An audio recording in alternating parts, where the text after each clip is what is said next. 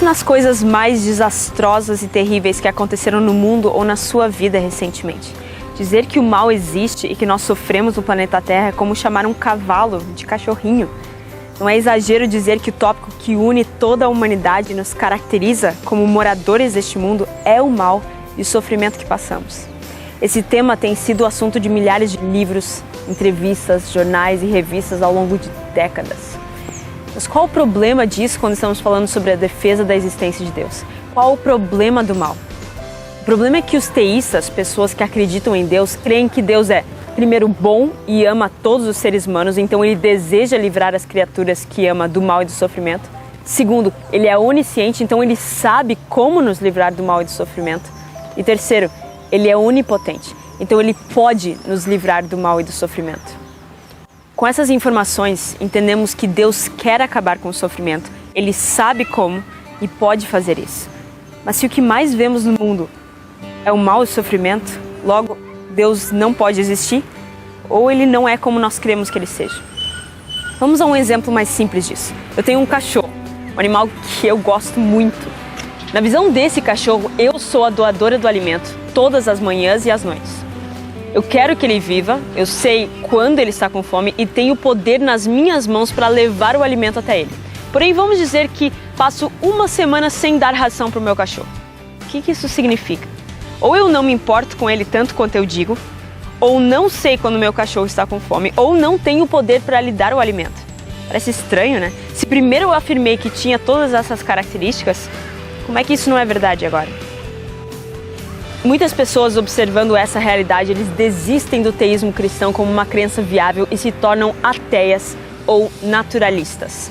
Os naturalistas creem que nada existe fora do mundo natural, material e mecânico. Tudo é sem propósito e não existe um criador e mantenedor de todas as coisas. A dificuldade de utilizar o problema do mal para transferir sua crença ao naturalismo é o seguinte: com o argumento do mal, a pessoa está afirmando claramente que existe o mal no mundo, certo? Se alguém acredita que existe o mal, também está pressupondo que exista o bem. Tudo bem até aí. Mas se diz que existem o bem e o mal, está implicitamente afirmando que existe uma lei moral que diferencia o bem do mal. E se existe uma lei moral, existe um doador da lei moral. Se esse doador da lei moral não existe, a lei moral também não existe. Se a lei moral não existe uma forma de distinguir entre o bem e o mal. Se não existe uma forma de saber, então o bem e o mal na realidade não existem. E o argumento é destruído em si mesmo. Um argumento que era primariamente para ir contra a existência de Deus, na realidade é um argumento a favor dele. Nós ainda precisamos de alguma forma para mostrar que a existência do mal e do sofrimento no mundo é coerente com a crença em Deus. Primeiramente, precisamos entender que, filosoficamente, as afirmações que fizemos sobre a existência de um Deus bom e a existência do mal não são contraditórias de forma alguma. Quando uma informação é contraditória em relação a outra, eles têm que ser o exato oposto. Isso é lógica. Portanto, o cristianismo só seria contraditório se dissesse o seguinte: que primeiro, Deus é todo bondoso, segundo, Deus é onipotente, terceiro, existe mal no mundo e quarto, não existe mal no mundo. E obviamente não é isso que foi dito. Por isso, quando alguém afirma que as 4 primeiras premissas são contraditórias, isso não é verdade. Como diria o filósofo William Rowe, professor emérito de filosofia na Purdue University e crítico do teísmo cristão, o seguinte: alguns filósofos sustentam que a existência do mal é logicamente incoerente com a existência do Deus teísta. Ninguém, creio eu, tem obtido sucesso em estabelecer essa extravagante afirmação. De fato, há um razoável argumento para a visão de que a existência do mal é logicamente coerente com a existência do Deus teísta. Em segundo lugar, precisamos ter certeza de que as 2 premissas de Deus ser todo-poderoso e bondoso sejam cuidadosamente definidas. Por isso, se colocarmos a lógica de um jeito diferente, podemos ver o problema do mal de outra forma. Primeiro, Deus existe, é onipotente, onisciente, onibenevolente e criou o mundo. 2. Deus criou um mundo que agora contém o mal e tem uma boa razão para isso. 3. Portanto, o mundo contém o mal. Agora sim, temos algo lógico e não contraditório. Só resta saber se a proposição 2 é verdadeira e se tem base para existir na lógica que nós construímos.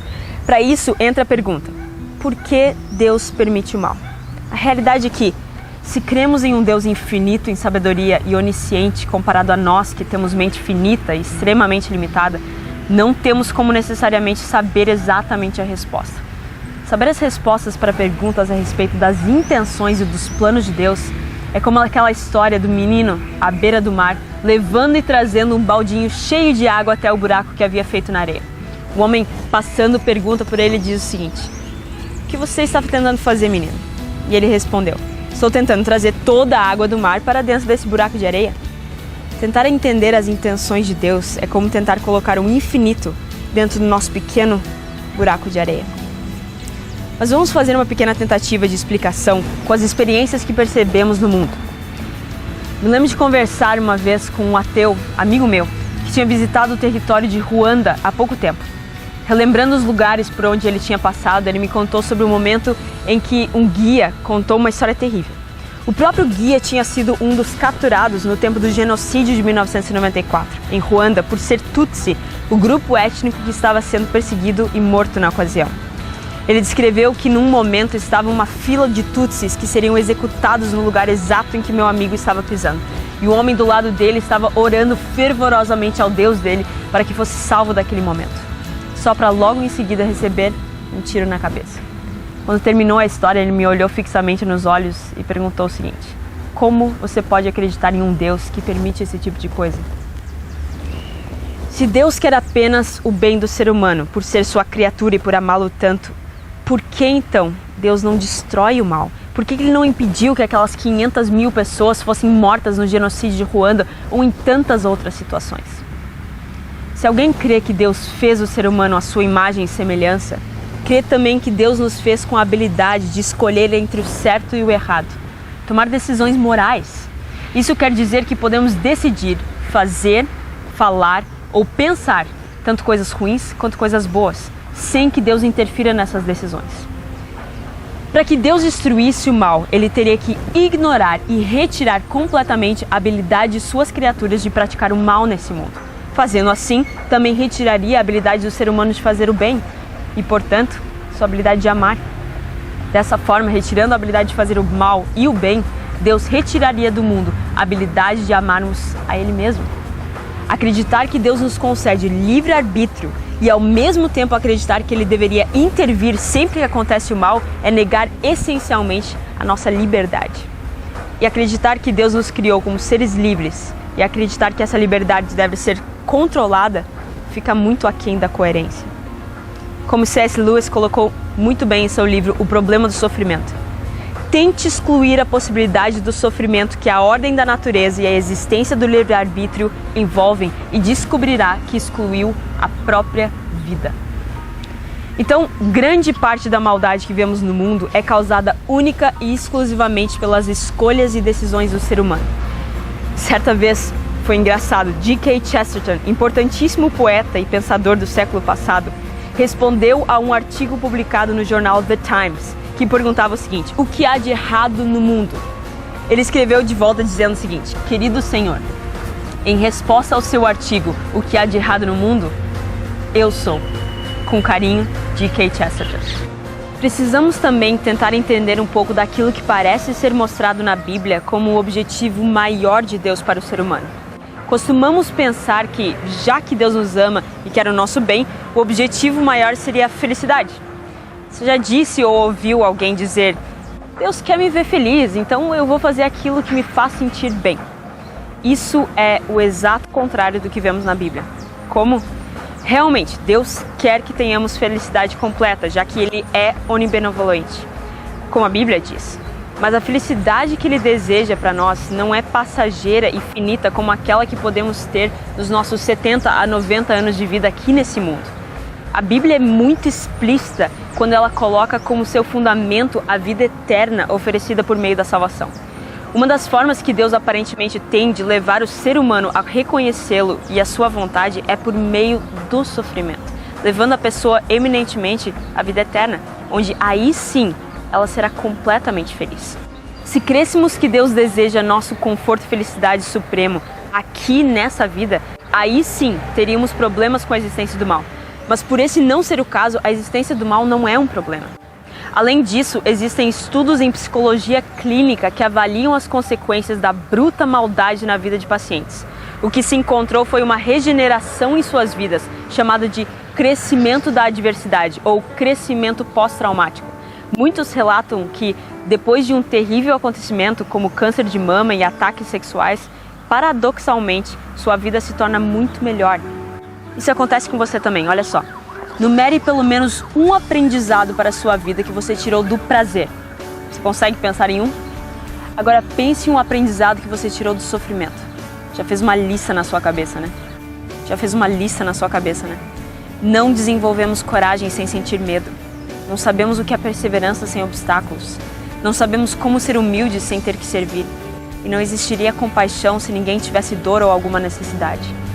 As dificuldades e obstáculos na nossa vida são a fonte número 1 das nossas virtudes e dos nossos aprendizados. Assim, vemos que Deus usa poderosamente o sofrimento para o nosso maior bem. Mesmo quando não vemos o resultado positivo de algo ruim na nossa vida, o ser humano não tem o conhecimento exaustivo de tudo o que acontece no universo e, portanto, não pode determinar quanto mal é necessário para revelar o bem final. Ainda existem aqueles que dizem que Deus parece um ser extremamente distante, que, se existe, não se interessa de qualquer forma pela vida e o sofrimento humano. O que esses se negam a enxergar é que a visão cristã do mundo diz exatamente o contrário. O sofrimento de Jesus mostra que Deus não está desinteressado ou omisso em relação ao nosso sofrimento. Pelo contrário, Ele justamente quis participar das mesmas dores e sofrimentos e quis dar uma solução para eles. Aqueles que analisarem as diferentes religiões e filosofias perceberão que a cosmovisão cristã é a única que aceita a existência do mal e do sofrimento e oferece tanto a causa como o propósito desse sofrimento, ao mesmo tempo em que dá a força divina para suportar e passar por ele. Ainda assim, sempre teremos a tentação de querer entender o mal do mundo. E muitas vezes é fácil falar teoricamente a respeito da dor, mas no momento em que ela bate à nossa porta, se torna muito mais difícil lidar com o problema. Jó foi um personagem bíblico que ficou perturbado por muitos meses com questionamentos como esses. Perdeu tudo que tinha, perdeu todos os filhos e perdeu a saúde também. Tudo em questão de alguns dias. Enquanto seus amigos passaram todo o livro tentando entender o porquê, no fim, em vez de Deus responder da forma como Jó queria, Deus o confronta com perguntas que ele não sabia responder. Finalmente, Jó afirma: "Agora eu compreendo que o Senhor pode fazer tudo o que quiser e que ninguém pode impedir o Senhor de realizar seus planos. O Senhor perguntou quem foi o ignorante que tentou negar a sua sabedoria e justiça. Fui eu, Senhor. Falei de coisas que eu não entendia, coisas que eu não conhecia, pois eram maravilhosas demais para mim. O Senhor me disse: escuta-me, e eu lhe farei algumas perguntas que você deve responder. Agora eu respondo. Somente agora eu conheço o Senhor de verdade. Antes, eu só conhecia de ouvir falar. Por isso eu me arrependo de meu orgulho e me cubro de terra e de cinza para mostrar minha tristeza." É como se Deus dissesse a Jó: "Filho, você nem mesmo consegue entender como eu controlo o mundo físico que você consegue enxergar. Então, como você vai conseguir entender um mundo moral extremamente mais complexo que você não consegue enxergar? Um mundo onde o resultado de bilhões de livres escolhas feitas por seres humanos todos os dias interagem umas com as outras." Se fosse perguntado a respeito, ninguém iria querer passar pelo sofrimento. Mas quando vemos o que esse terrível sentimento pode fazer por nós e pelo nosso caráter, reconhecemos que talvez realmente exista um plano maior, que não conseguimos ver nem entender. E por incrível que pareça, houve uma pessoa que escolheu sofrer, uma dor muito maior que qualquer situação que tenhamos passado. E essa pessoa é o seu Deus. Quem melhor para entender o que você e esse mundo enfrentam?